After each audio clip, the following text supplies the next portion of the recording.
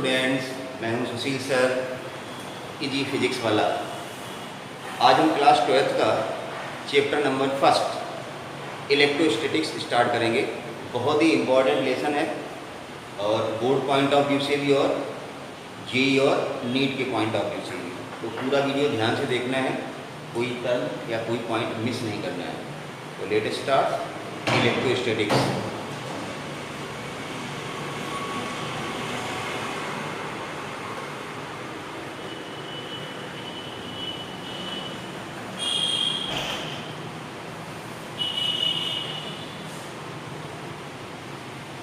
Electrostatics.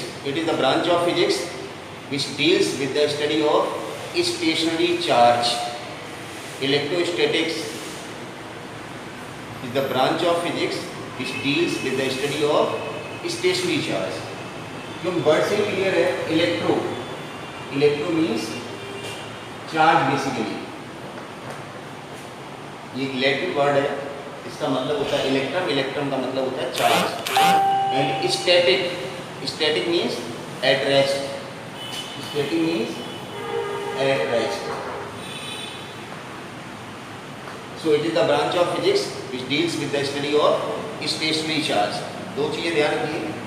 Number 1, stationary charge produces only electric field. Stationary charge produces only electric field, whereas moving charge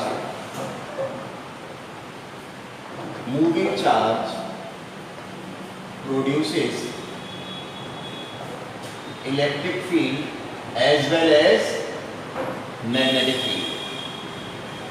Stationary charge produces only electric field, whereas moving charge produces electric field as well as magnetic field.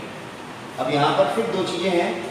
अगर moving charge है तो uniformly moving charge है या non uniformly moving charge है। अगर uniformly moving charge है, uniformly moving charge,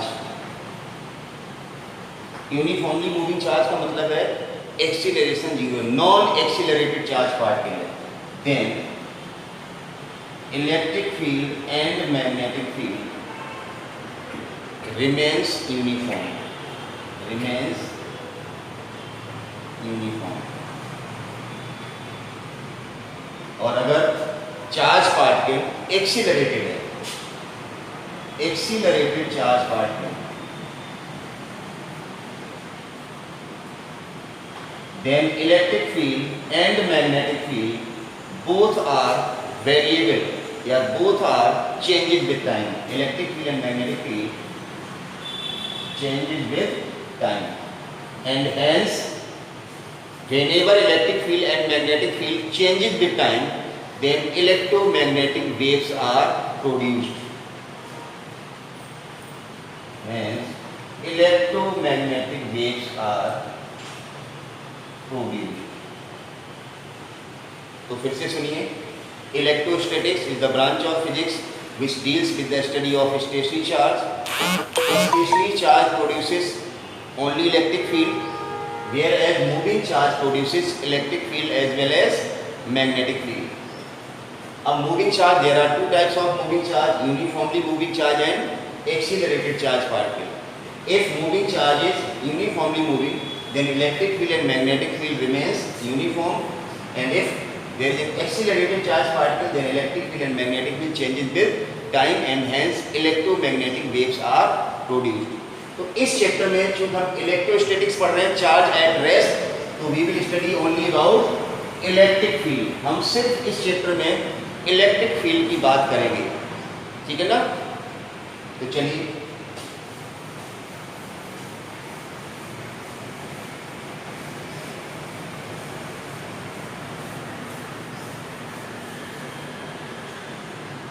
इसमें सबसे पहले चार्ज की बात कर लेते हैं। What is charge and what are the methods for producing charges. तो सबसे पहले चार्ज, बहुत ही बेसिक चीज़ है, यू ऑल नो, एक्सेस और डेफिशिएंसी इलेक्ट्रॉन्स, एक्सेस और deficiency of electrons causes charge. Excess or deficiency of electrons causes charge. There are two types of charges. One is positive charge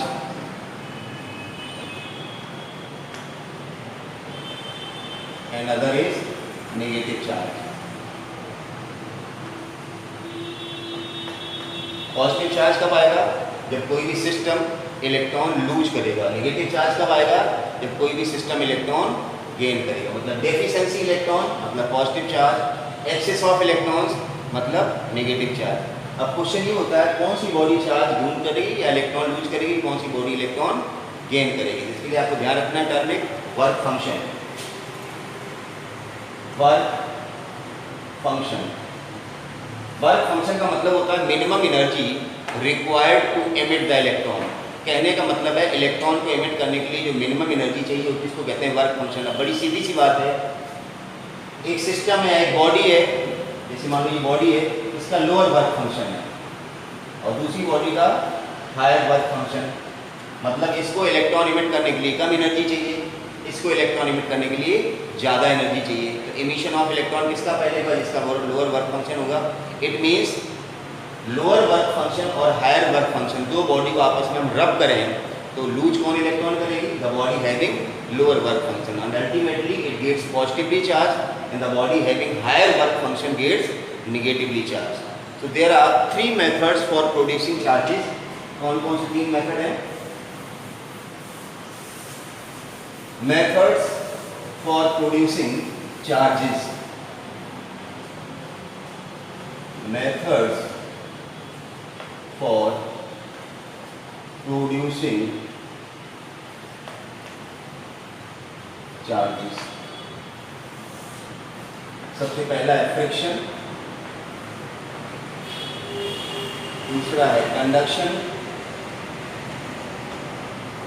and third one is induction.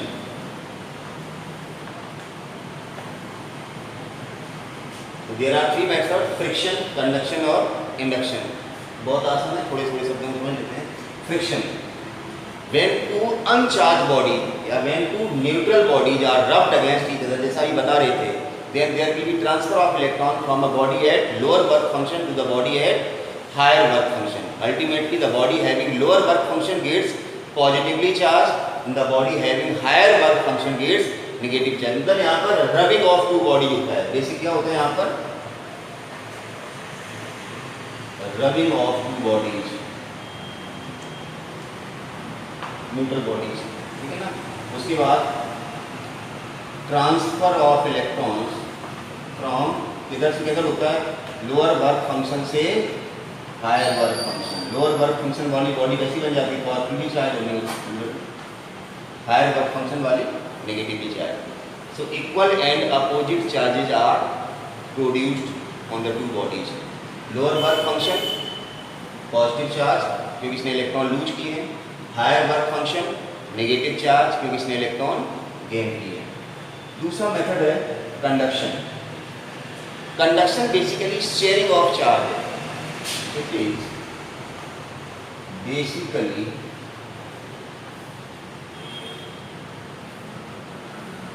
Sharing of charge. Sharing of charge कैसे होता है?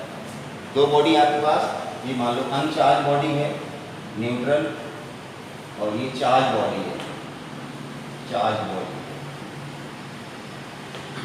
दोनों को हम contact में लाएंगे. क्या करेंगे?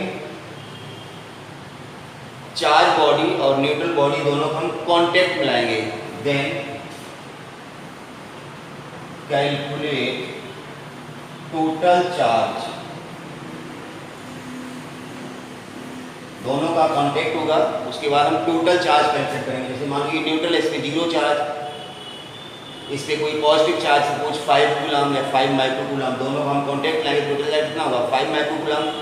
Then that total charge. Note करने वाली बात क्या है? सबसे पहले कांटेक्ट ऑफ टू बॉडी, दोनों बॉडी को हम कांटेक्ट करेंगे. मैंने बताया ये शेयरिंग है बेसिकली. कांटेक्ट करने के बाद हम क्या करेंगे? टोटल चार्ज कैलकुलेट करेंगे. दोनों बॉडी का मिला, एक पे जीरो एक पे समथिंग है या एक पे कुछ और है दूसरे पे कुछ है तो भी हो सकता है. ट्रांसफर है, मैंने कहा ना ये शेयरिंग है, ऐसा नहीं किसी बॉडी पे चार्ज नहीं है दूसरी बॉडी पे चार्ज है तो हम इस पे चार्ज प्रोड्यूस करेंगे इसके लिए मेथड आएगा, नहीं, ये बेसिकली शेयरिंग ऑफ चार्ज, एक पे चार्ज ज़्यादा है दूसरे पे चार्ज कम है तो भी हम दोनों को जब कॉन्टेक्ट मिलाएंगे तो भी शेयरिंग ऑफ चार्ज होगा। तो then calculate total charge, after that this total charge is divided into ratio of their radii या साइज, जो भी टोटल चार्ज है तो दोनों बॉडी में शेयर किस तरह से होगा, अकॉर्डिंग टू देयर साइज। अगर साइज सेम है 1:1 मतलब आधा आधा डिवाइड होगा, साइज 1:2 है तो 1:2 में चार्ज को डिवाइड करना पड़ेगा। तो फ्रिक्शन में हम क्या कर रहे थे, rubbing of two bodies, transfer of electron from lower work function to higher work function. Conduction में हम क्या कर रहे हैं, contact of two bodies, then total charge, then that total charge divided into the ratio of their size की ratio. Induction, इसमें क्या होता है, when an uncharged body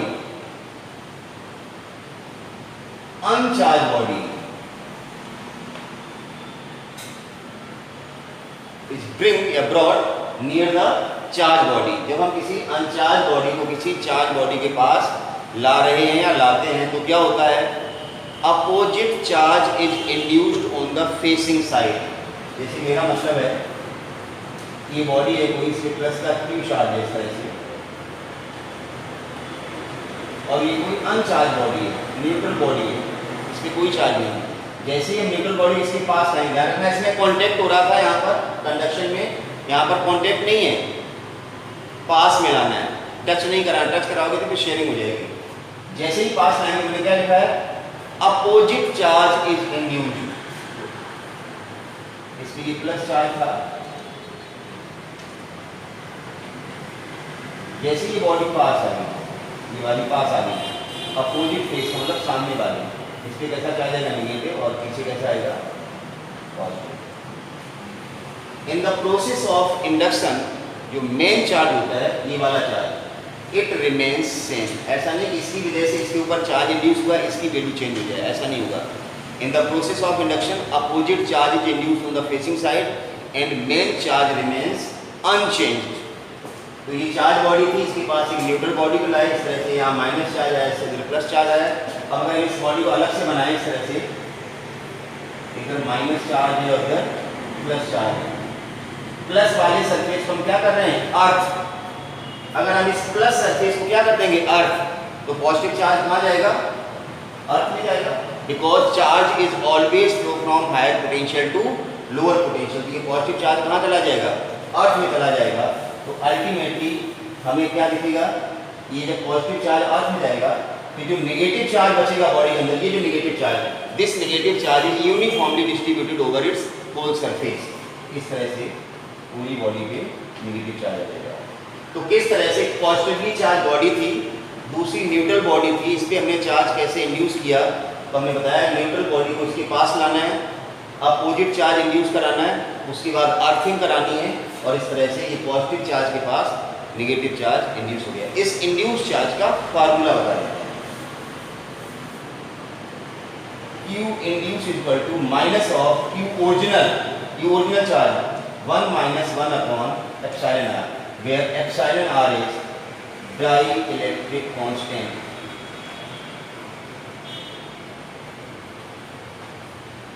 या रिलेटिव परमिटिविटी, इसको हम इसी चैप्टर में आगे पढ़ेंगे, डाई इलेक्ट्रिक कांस्टेंट क्या होता है, रिलेटिव परमिटिविटी क्या आती है। तो हमने आज चार्ज के बारे में पढ़ा कि मेनली चार्ज किस तरह से प्रोड्यूस किया जाता है। 3 मेथड बताए थे, फ्रिक्शन, कंडक्शन और इंडक्शन, तीनों का अलग अलग समझाया गया। अब बात आती है properties of charge. Properties of charge,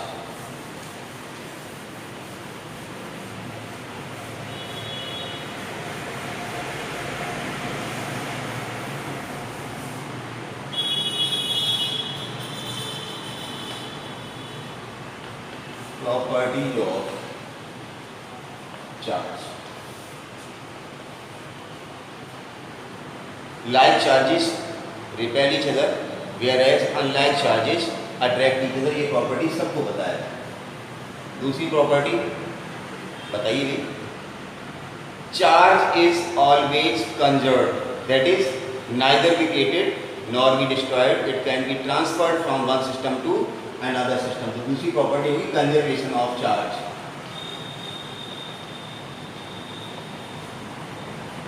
तीसरी बहुत ही इंपॉर्टेंट प्रॉपर्टी है quantization of charge. Quantization of charge. ये क्वांटाइजेशन ऑफ चार्ज क्या होता है? अभी हमने जब मेथड ऑफ प्रोड्यूसिंग चार्ज पढ़ा था उसमें देखा था कि क्या होता था, जैसे एक बॉडी ये है, दूसरी बॉडी ये, तो चार्ज कैसे प्रोड्यूस होता था? डेफिशिएंसी और एक्सेस ऑफ इलेक्ट्रॉन। एक बॉडी इलेक्ट्रॉन लूज करती थी, दूसरी गेन करती थी।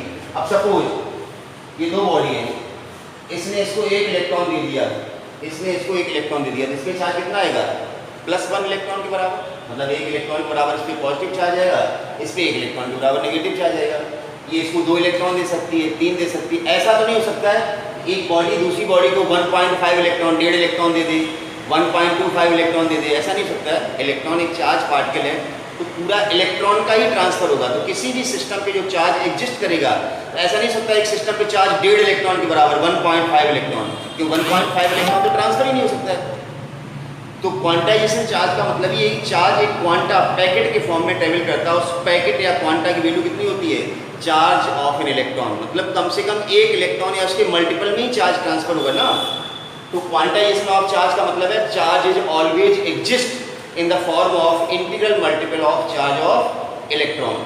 तो इफ अ सिस्टम और if a body loses or gains n number of electrons, then total charge on that body will be Q equal to plus minus n into E।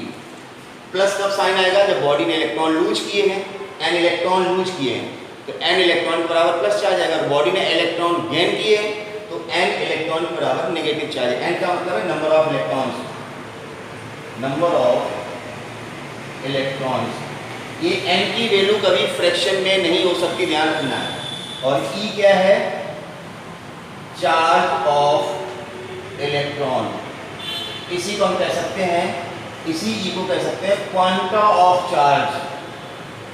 Quanta of charge. Charge का quanta या charge का packet क्या होता है? एक electron का जो charge होता है वही क्वांटा ऑफ चार्ज होता है।